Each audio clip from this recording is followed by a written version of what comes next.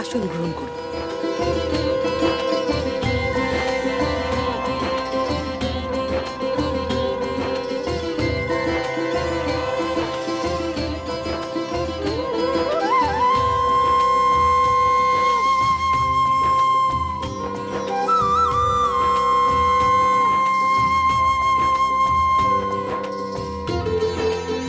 এবার তোমরা ওদেরকে বিশ্রামের জায়গায় নিয়ে যাও। দেখো রাজকুমারীদের যেন কোনো অসুবিধে না হয়।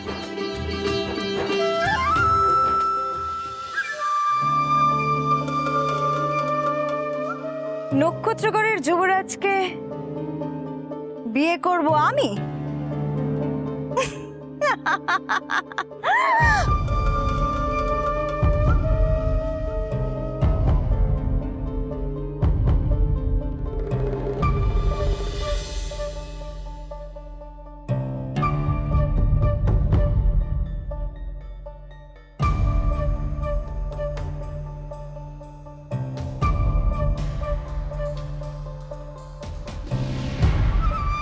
মন্দ কি?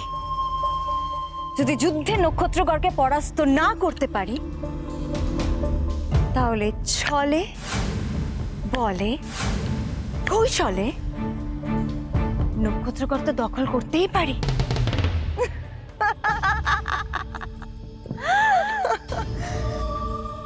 যদি আমন্ত্রণকে কাজে লাগিয়ে একবার নক্ষত্রগড় ঢুকতে পারি, তাহলে ক্ষমতা দখল করতে কতক্ষণ?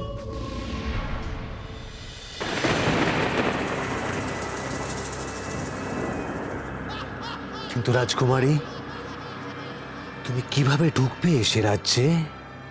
কেন? বধূ নির্বাচনের পরীক্ষায় যদি আমি জিততে পারি, তাহলে নক্ষত্রগড়কে আমি দখল করতেই পারবো। আমি ঠিক করে ফেলেছি, এই আমন্ত্রণ বজায় রেখে আমি নক্ষত্রগড় যাব। এসব কি বলছে রাজকুমারী সাগরিকা? নক্ষত্রগড়ের যুবরাজকে বিবাহ করে সে ওই দেশের পাটরানী হবে? সে কি করে সম্ভব? কি হলো? আপনি কিছু বলছেন না কেন? আপনার মনে হয় না আমি এই পরীক্ষায় উত্তীর্ণ হতে পারব?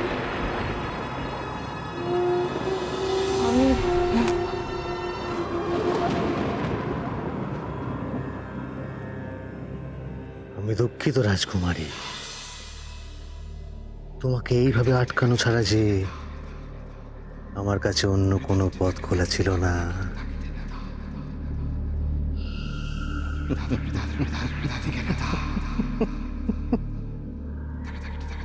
সাগরিকা,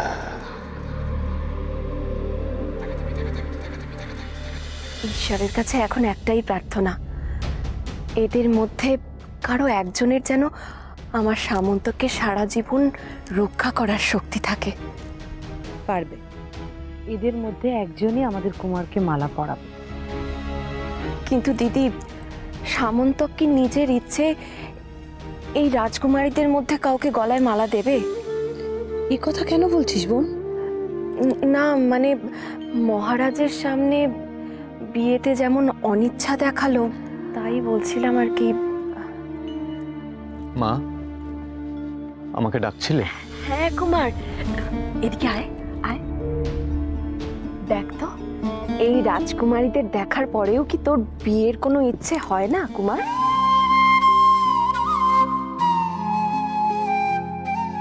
মা, বড় মা, বাবা আমায় যা বলেছেন তা আমার অক্ষরে অক্ষরে মনে আছে। এ রাজ্যের যুবরাজের তার মা বাবার কথা অমান্য করার কোনো অধিকার নেই। একদিন তুই বুঝবি বাবা, আমরা তোর মঙ্গলের জন্য। থাক বড় মা, আমাকে বোঝাতে এসো না। গুরুদেব বলেছেন শুভ কাজে দেরি না করে এই পরীক্ষায় যেই মেয়ে উত্তীর্ণ হবে সেই মেয়ের সাথেই আজ বিবাহ হবে কুমারের। হ্যাঁ, চাঁদ ওঠার মুহূর্তে মালা বদল করিয়ে গান্ধর্ব মতে বিয়ে হবে। পরে মহারাজের ইচ্ছে আছে উপযুক্ত আয়োজন ও আচার অনুষ্ঠান করার। কেন কেউ বুঝছে না আমি কোনো রাজকন্যাকে বিয়ে করতে চাই না, সে যে কোনো পরীক্ষাতেই উত্তীর্ণ হোক না কেন। আমার কথা কি আমি কোনোদিনও কাউকে বোঝাতে পারবো না? সামন্ত, ছোট, ওকে আটকাস না, ওকে একটু একা থাকতে দে। বিয়ের কথা শুনে অস্থির হয়ে উঠেছে, দেখবি একসময় ঠিক নিজের সাথে বোঝাপড়া করে নেবে।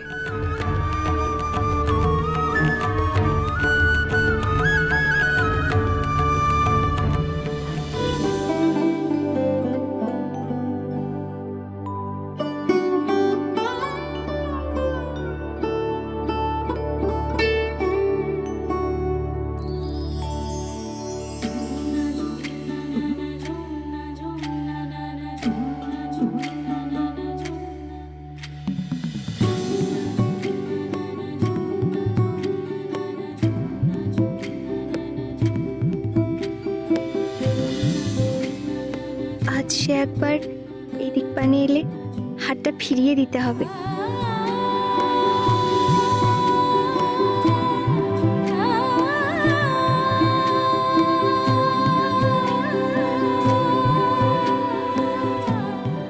না পারলাম সুধাকে আমার মনের কথা বলতে, না পারলাম বাবাকে আমার মনের কথা জানাতে। সত্যি কি তাহলে আমার ইচ্ছের বিরুদ্ধে, আমার অনিচ্ছায় আমাকে বিয়ে করতে হবে? সবুর কর বাছারা, সবুর কর। সবুরে মেওয়া ফলে।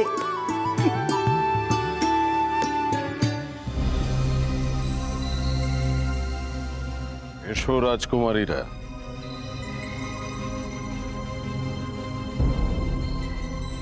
আমি নক্ষত্রগড় রাজ পরিবারের কুলগুরু। আজ আমি তোমাদের পরীক্ষা নেব। প্রণাম গুরুদেব। শুভমস্তু। আমি অগ্নিগড়ের রাজকন্যা বন্যী শিখা। আমি হলাম বিদ্যুৎগড়ের রাজকুমারী সৌদামিনী গুরুদেব। আমি শৈলপুরের রাজকন্যা গিরিজা। আমি কুসুমগড়ের রাজকন্যা রঙ্গনা। বেশ, এবারে আমার কথা তোমরা মন দিয়ে শোনো। তোমাদের প্রথম পরীক্ষা হবে লক্ষ্যভেদ।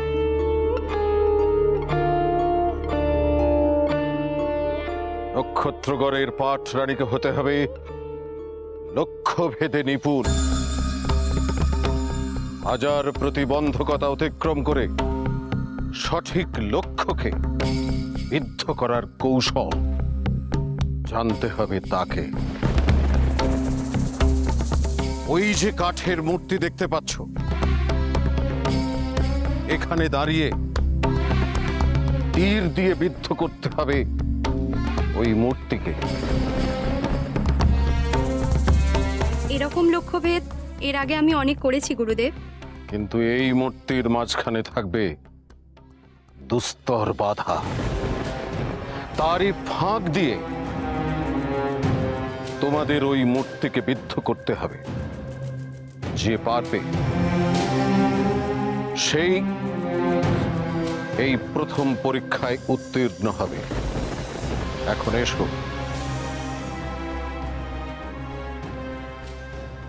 প্রথমে আসবে অগ্নিগড়ের রাজকুমারী বন্যী শিখা।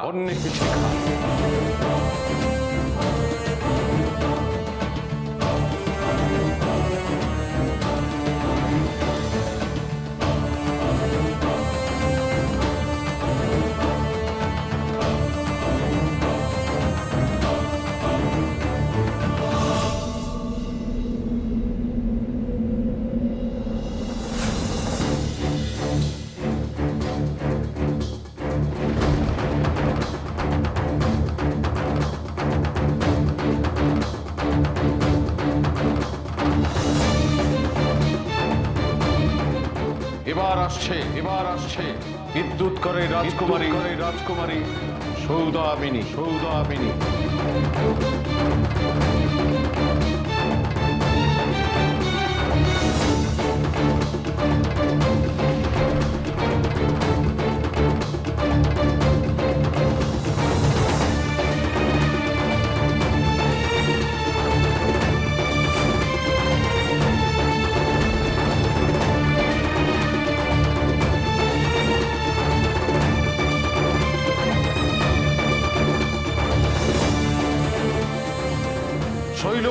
শৈলপুরের রাজকন্যা গিরিজা।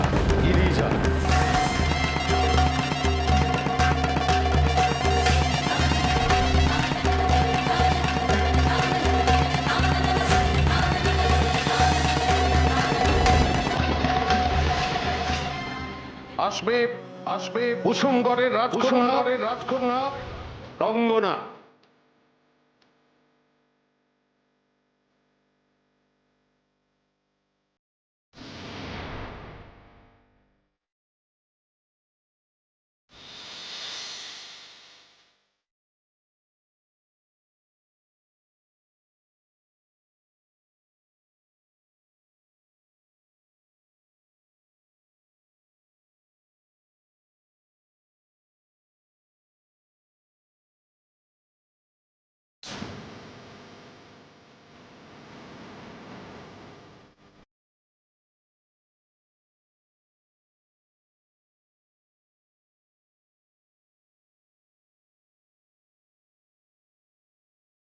এরা তো কেউ পারলো না লক্ষ্যভেদ করতে।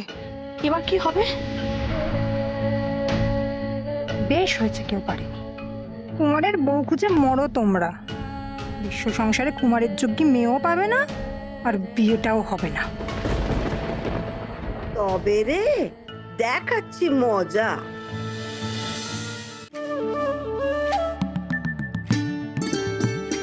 কে বলে রাজপুত্রের যোগ্যী মেয়ে পাওয়া যাবে না? এই তো চোখের সামনে রয়েছে। এবার শুধু 4 হাত এক করে দেওয়ার পালা।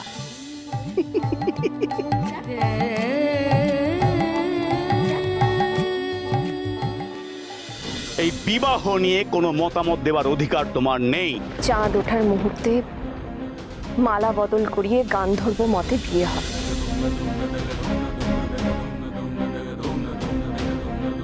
এবার দেখ কি হয়।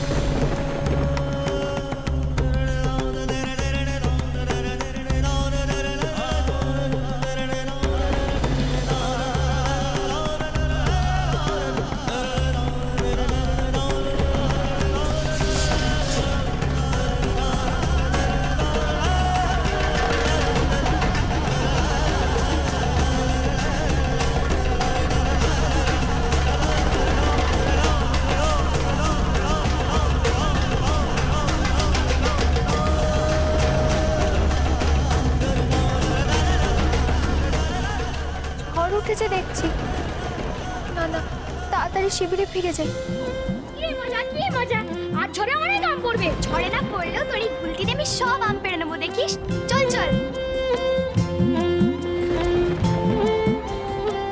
ছোটবেলা আমিও তো এরকম ঝড়ের সময় আম কুড়োতে বেরোতাম।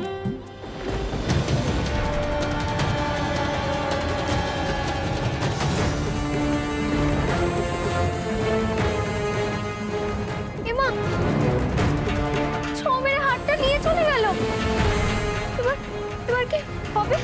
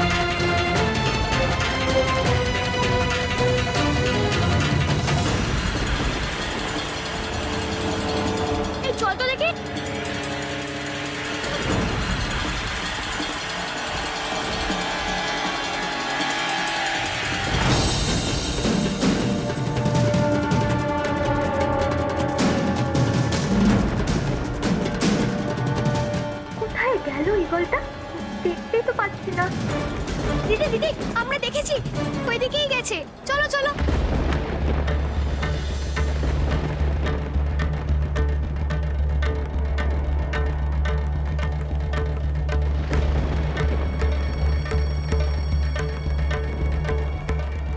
এ কি, তো সুধা মনে হচ্ছে। হ্যাঁ, ওই বাচ্চাগুলোর সাথে ছুটে ছুটে কোথায় যাচ্ছে? ওকে ডাকবো? না না থাক, এখান থেকেই দেখি না কি ব্যাপার।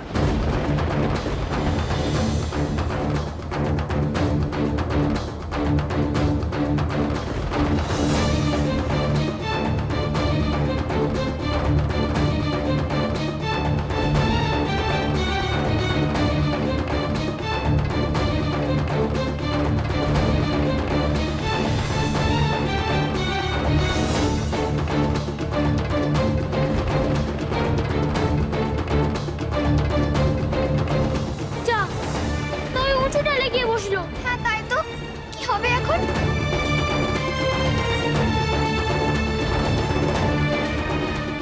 ভাই, তোর গুলতিটা একটু দে তো, দেখি এটা দিয়ে নামাতে পারি কিনা হাতটা। দে। হ্যাঁ নাও। ও হ্যাঁ হ্যাঁ।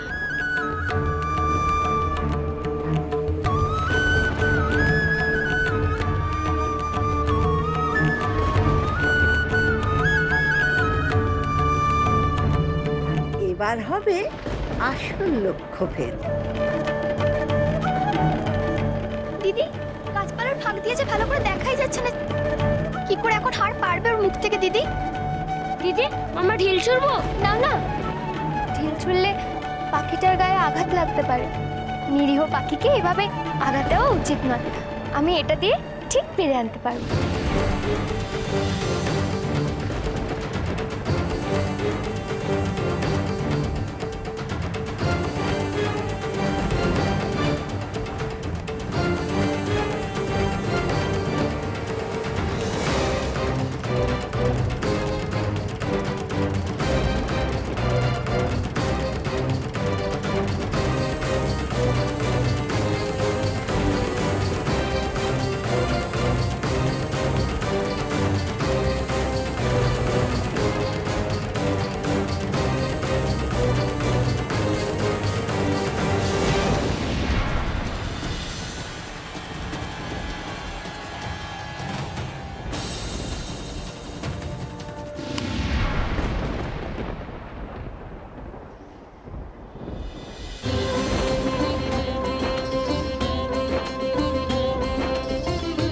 কি অসামান্য লক্ষ্যভেদ করার ক্ষমতা সুধার! কোথা থেকে শিখলো এমন?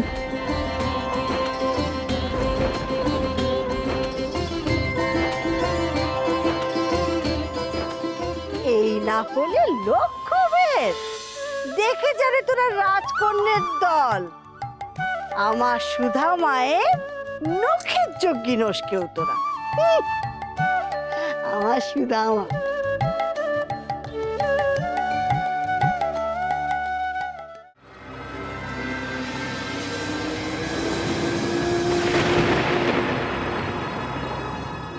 ঘুমাও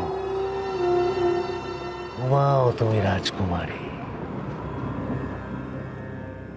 আমি না ভাঙালে তোমার এই ঘুম ভাঙবে না। এতদিন ধরে তোমার সব দাবি, সব আবদার মেনে এসেছি, তা কি এমনি এমনি? তুমি কি বুঝতে পারো না রাজকুমারী, আমি কি চাই? তোমাকে।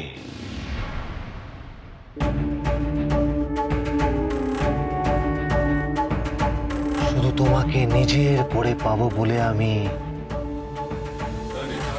এতদিন ধরে সমুদ্র গড়ে পড়ে আছি।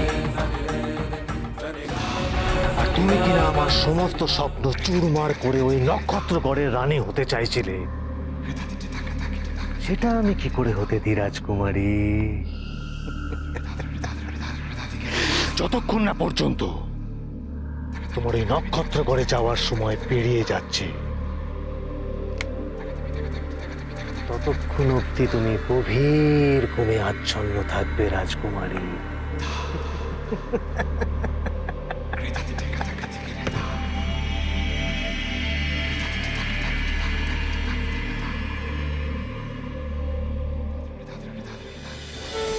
দিদি পেরেছে, দিদি পেরেছে।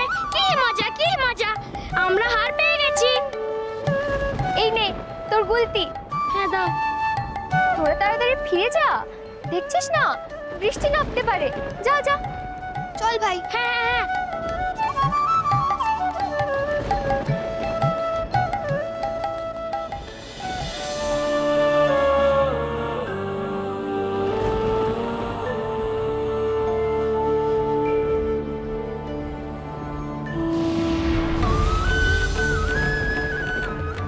সর্বনাশ! এই গাছ যদি ভেঙে পড়ে তাহলে তো মুহূর্তের মধ্যে শিবির ভেঙে তছনছ হয়ে যাবে।